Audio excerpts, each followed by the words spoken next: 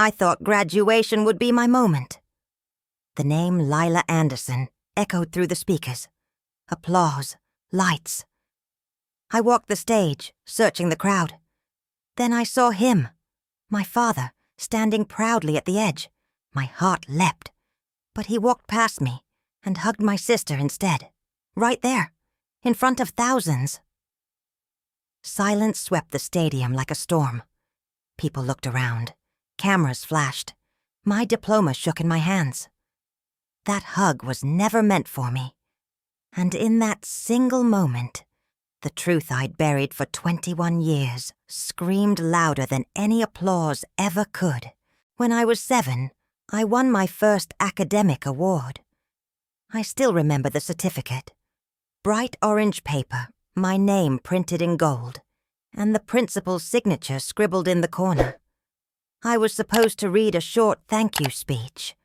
My teacher asked if my parents would attend. I said yes, but when my name was called and I stepped forward, only my mother was there, clapping politely from the 3rd row. My father? He had texted that morning. "Can't make it. Sophie has a photo shoot. Good luck." Sophie was 5. The photos were for a local brand's spring catalog. Apparently, that was more important than my first recognition. I smiled through the speech, barely holding back the knot in my throat.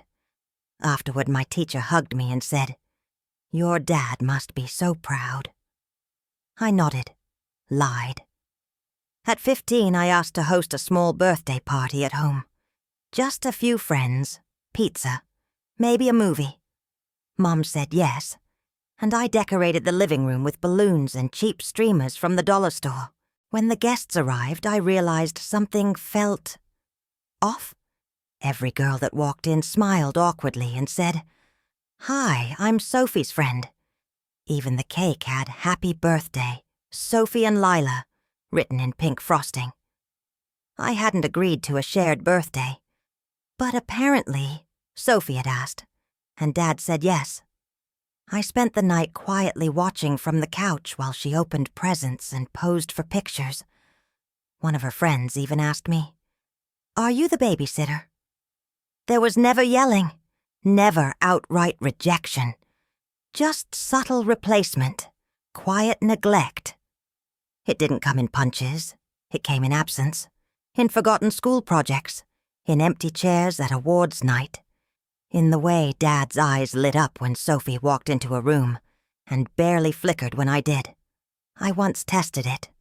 At a family dinner, I intentionally said nothing, didn't speak unless directly asked. No one noticed. No one said a word. At the end, Sophie made a joke and everyone burst out laughing. I excused myself quietly. My chair scraped the floor. No one looked up. That night, I wrote in my journal, "If I disappeared, would they even feel the space I left behind?" The realization came slowly, like ink soaking into fabric. One day I stumbled upon a box in the attic, old journals wrapped in plastic. They belonged to my mother. At first, I wasn't sure I should read them, but curiosity, or maybe desperation, won. I flipped through pages of her handwriting, pieces of her youth spilled in ink. And then, one entry stopped me cold. I named her Sophie because she felt like hope. After we lost Emily, I couldn't bear to lose another chance at perfection.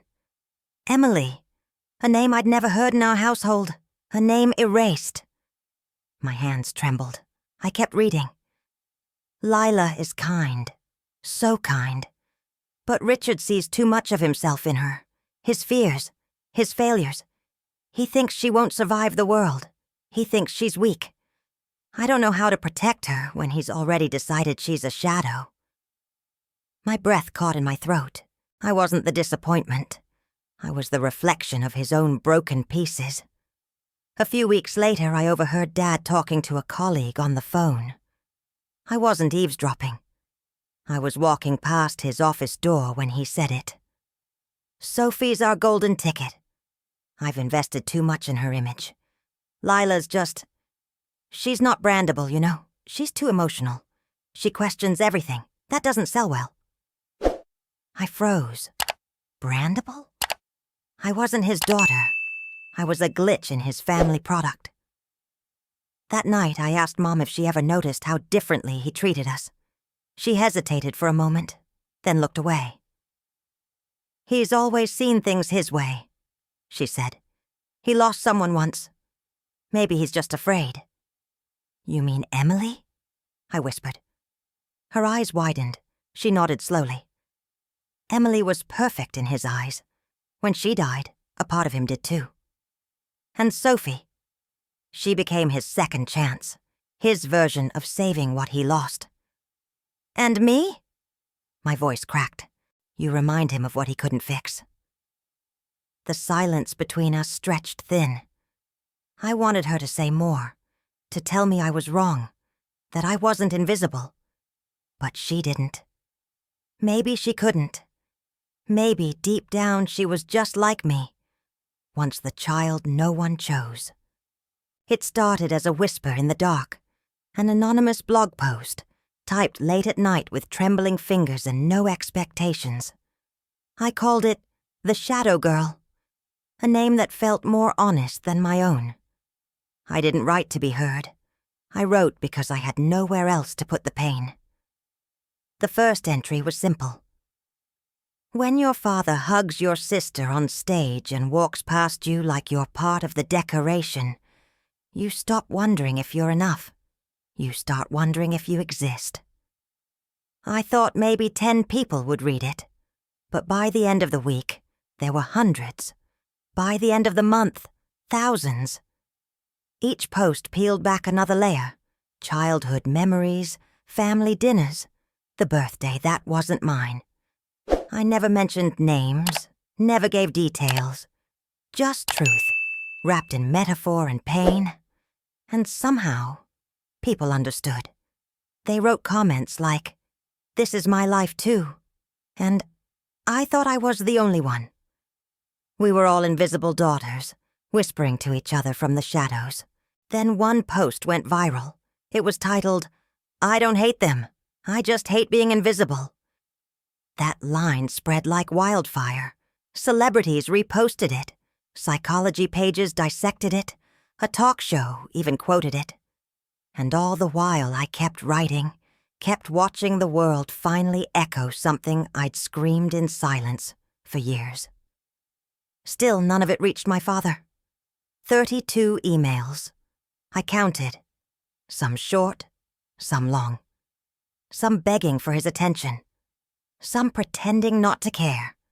Some filled with updates about school, accomplishments, jokes. None received a reply. Not even a scene.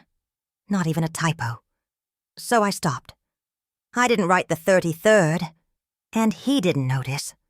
That silence hurt more than all 32 rejections combined. I kept posting, though. Not for him anymore. For the girls like me. For the ones whose names were never shouted. Whose achievements were always luck. Whose voices were only heard when they broke. But then, everything unraveled. One morning I opened my inbox and found a message from Sophie. "I know who you are. Delete the blog, or I'll go public. You want attention? Let's see how you handle real attention." My chest tightened. I read it over and over, trying to find some misunderstanding. But it was clear. Cold. Direct. She knew. She threatened. I didn't reply. Instead, I sat in the library, frozen. My hands wouldn't stop shaking. I had just posted an entry the night before. One about a dream I had as a child, where my parents adopted another daughter and forgot I existed. Sophie must have read it. That night, I confronted her. "How long have you known?" She shrugged. "Long enough." "You're going to destroy me for telling the truth?" She leaned in. "You're embarrassing, Dad. You think you're healing, but all you're doing is whining." I stared at her, unable to speak. "And by the way," she added, "Mom's the one who showed him the blog. Maybe thank her." It was like being hit with a different kind of silence. I went home and found Mom sitting in the kitchen folding towels. She looked up when I walked in. "You told him?" Her hand stilled. He needed to see what he was doing. "You thought betrayal would fix that?" "I didn't think," she whispered. "I just wanted him to understand." I didn't yell, didn't cry. I walked to my room, closed the door, and sank onto the floor. That was the night I stopped writing and reading and going to class. I lay on my bed for 3 days, not because I was tired, but because I didn't know what else to do. The sun moved across the ceiling each afternoon, casting long golden streaks across the walls. That was the only change I noticed. The sky shifted. I didn't. People messaged me, asked if I was okay. Readers wondered why the blog went quiet. Professors emailed, friends texted. I said nothing. Because what do you say when you've lost your voice? I thought about deleting everything, wiping my name, my pain, my story off the map. But some part of me hesitated, not out of hope, but fear. What if I disappeared and no one remembered I was ever here? What if silence wasn't peace, but erasure? The therapist asked if anyone wanted to share, and for a moment, no one moved. The silence in the room was heavy, like the kind that collects in forgotten corners. I don't know what made me raise my hand. Maybe I was tired of being silent. Maybe I wanted to hear my story aloud, just once, without shame. I began slowly. I used to think I was broken, not in a dramatic, poetic way, just incomplete, like a puzzle with a missing piece no one cared enough to find. The circle listened. No one interrupted. I told them about the stage, the hug, the silence. I told them about the 32 emails, about the blog, about the threat. When I finished, I stared at the floor, embarrassed by the lump in my throat. That's when it happened. A woman across the room stood up, walked over and hugged me. No words, just that. Her arms wrapped around me like I was worth holding. She whispered, "Me too." Something cracked in me. Not pain. Release, as if someone had reached in and untangled the knot I'd carried for years. That night, I logged into the blog. The shadow girl had been dormant for weeks. But now, the words flowed. I stopped writing because I was scared. I start again because I'm not alone. Then, for the first time, I signed my name, Lila Anderson. I expected backlash, maybe even more threats. But what came next was unexpected. Letters, emails, messages from strangers who weren't really strangers. I'm the middle child no one remembers. I watched my sister get praised for my ideas. My mom still calls me by my brother's name. They weren't stories. They were mirrors. Thousands of them. The shadow girl became a movement. Psychology forums started referencing my posts. Podcasts invited me. Colleges asked me to speak. Somehow, my silence had taught me how to shout. And then, one night, an email came. No subject line, no greeting, just one sentence. "Do you have time to talk?" It wasn't signed, but I knew the writing. Short, measured, careful. My father. I didn't reply, not then.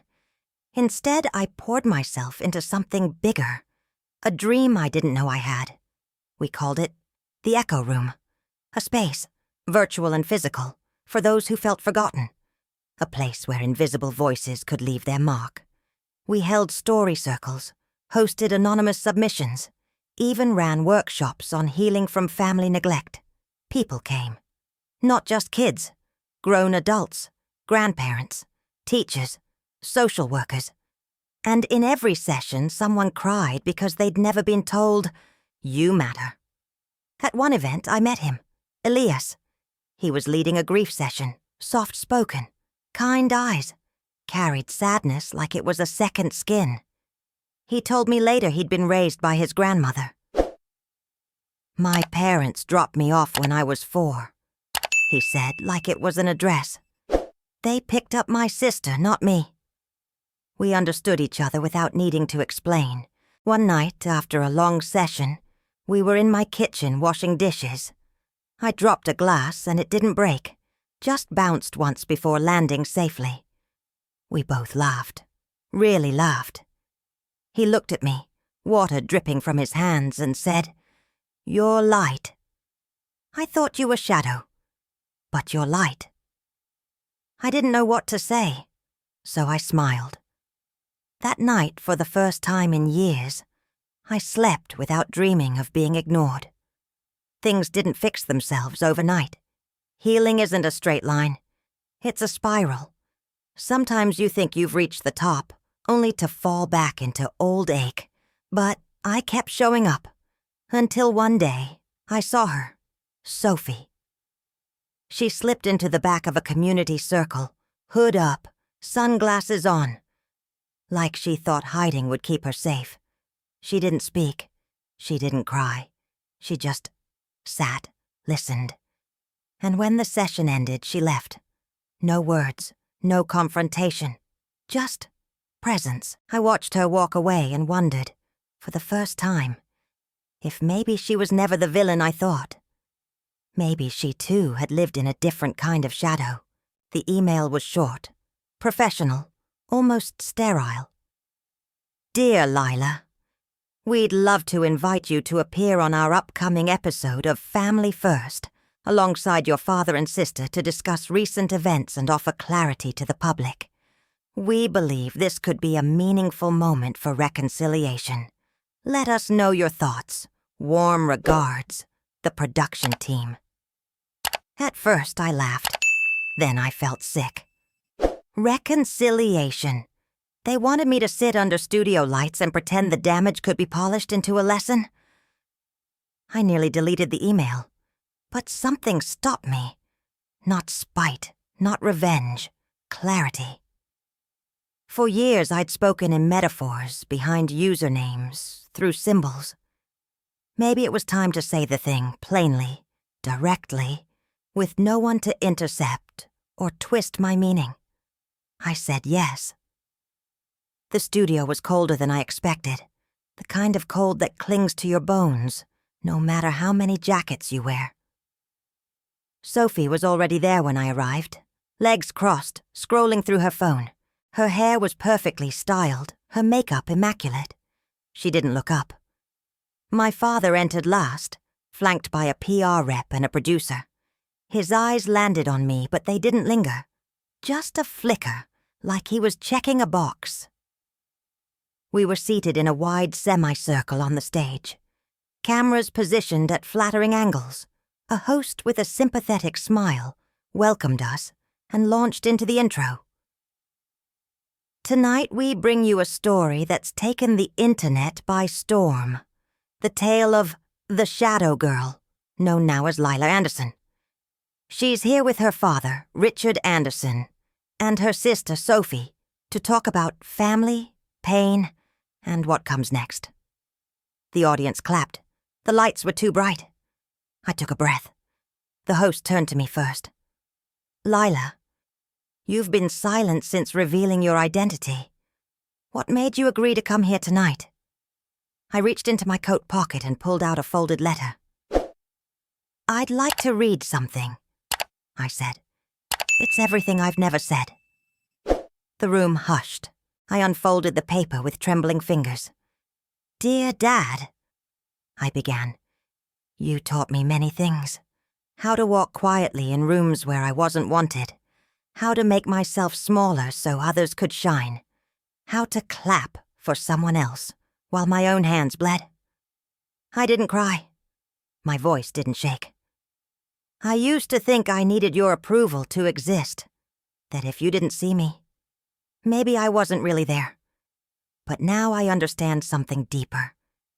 Your silence taught me to listen. Your absence taught me how to be present. For others, for myself." A murmur ran through the audience. I continued. "You made me invisible, but in that invisibility, I discovered an entire world of people just like me. And together, we made something loud, beautiful, whole. I folded the letter. "This isn't a call-out," I said. "It's gratitude. You showed me what family isn't, so I could go out and find what it truly is. I forgive you. But I won't forget." The host sat stunned for a moment. Then softly he whispered, "Thank you." Someone in the audience sniffled, then another. Then a wave of quiet sobs filled the air. Even the host's eyes shimmered. The camera slowly panned to my father. He didn't move. No fury. No guilt. Just silence. The kind that finally felt earned. After the taping, no one said much. Sophie left first. My father followed. I stayed behind, letting the stage empty. Lights dim. Makeup smudge. By the next morning, the episode was everywhere. Trending on every platform. Headlines screamed, "Daughter thanks father for neglect in viral speech," and "Silence speaks louder. Lila Anderson's poised confrontation captivates nation." Comment sections flooded with personal stories, confessions, apologies. The shadow girl was no longer mine. She belonged to all of them now. My father released a statement. "At this time, I'm stepping away from all media endeavors to focus on personal growth." Sophie deactivated all her accounts, and then came a letter, handwritten, no return address. "Lila, I don't have excuses, only quiet. You've made me want to be a mother again. Not just someone who fed and folded, but someone who listens, who chooses. Thank you for waking me up." Mom. I read it 3 times before folding it neatly into my journal. That evening I sat by my window. The light was soft, amber, the kind that makes you feel like time has slowed. A small bird landed on the sill, its head tilted at me. Just a moment. Just stillness. I didn't cry. I didn't smile. I just whispered. I made it. The invitation came in a pale blue envelope with cursive handwriting I hadn't seen in over a decade. "Dear Lila, we would be honored to have you speak at our school's annual Inspiration Day. Your story has touched so many. Welcome back, whenever you're ready. Warmly, Ms. Hill." I hadn't thought of Ms. Hill in years. She was my 3rd grade teacher, the only adult who ever looked me in the eye and said, "You don't have to be like anyone else, Lila. That's your superpower." I returned to the elementary school on a crisp morning in early spring. The air smelled like wet grass and crayons. Nothing had changed, and yet everything had. Ms. Hill greeted me in the front office, her silver hair tucked into a loose bun, her eyes still soft and kind. She hugged me like no time had passed. "I kept something," she said, leading me to her classroom. She opened a drawer in her desk and pulled out a laminated sheet. It was an essay. My handwriting, still clumsy, still uncertain. The title, My Future. I took it from her with trembling hands. It read, "When I grow up, I want to be the kind of person no one forgets. Not because I'm loud, but because I make people feel like they matter." I don't remember writing those words, but there they were, proof that even as a child I had known what I was reaching for. Ms. Hill smiled. "You already are." That afternoon I stood on the stage in the school's tiny auditorium, facing a sea of small faces, children with wide eyes and untamed energy. I read my essay aloud. Some of them clapped before I even finished. Others stared like I had said something they didn't know they needed to hear. I told them, "You're not invisible, even when it feels that way. And if you ever feel small, remember, light doesn't have to shout to be seen." After the talk, a little girl tugged on my sleeve. She had curly hair and nervous fingers. "Are you famous?" she whispered. "No," I smiled. "I'm just someone who kept going." The healing didn't come in grand gestures. It came in quiet ones, in the way I allowed myself to sleep in sometimes, in how I stopped apologizing for taking up space, in how I started calling myself by my full name. No shame, no shrink. The echo room grew beyond anything I'd imagined. What started as a single circle became dozens, then hundreds.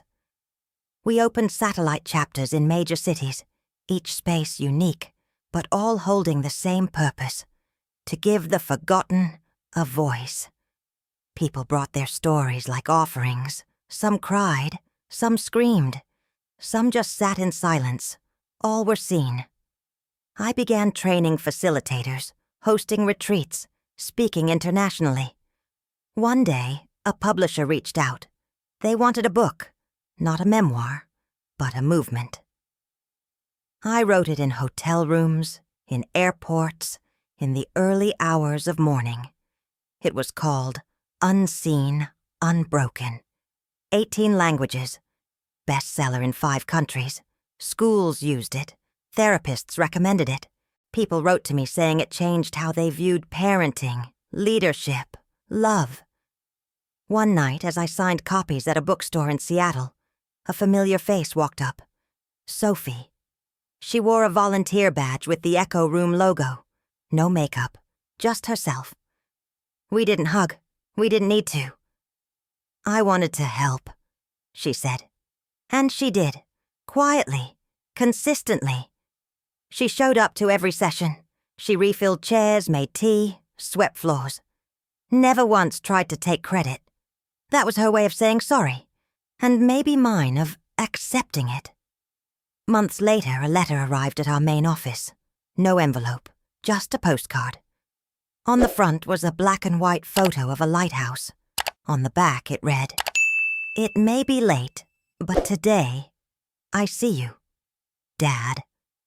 No return address, no signature. But I knew. I placed it in a frame on my bookshelf beside the essay from 3rd grade and a photo of Elias and me from our first retreat together. The day I received that card, I didn't cry. I didn't laugh. I just sat with it. Let it be what it was. Healing isn't about making the past perfect. It's about making peace with what never was. And now, I had. The launch was held in a repurposed theater, its velvet seats now faded but still proud. It was the kind of place that held echoes well. Every cheer, every silence, every slow exhale. Perfect, I thought, for a story like mine. Unseen, Unbroken had already hit lists I never thought I'd be on. People flew in from across the country. Old students, Echo Room volunteers, readers who felt like family. The place was full before sunset. I stood backstage, my palms sweating, watching the crowd fill in. Then I saw them. My mother, in a navy dress, seated in the middle row. Sophie beside her, still and observant. And next to them, 2 seats over, was my father, his hair grayer, his shoulders heavier, but unmistakably him. They didn't wave. I didn't either. When it was time, I walked onto the stage, not with power, but with peace. My voice didn't tremble. I read a passage from the book, one about finding worth not through validation, but through quiet knowing. Afterward there was applause, not thunderous, but warm, complete. I looked toward the middle row. My father nodded once. That was all. No hugs, no dramatic reconciliations. Just a shared recognition that we had all survived something, and were now breathing the same air again. You don't need love to be shouted.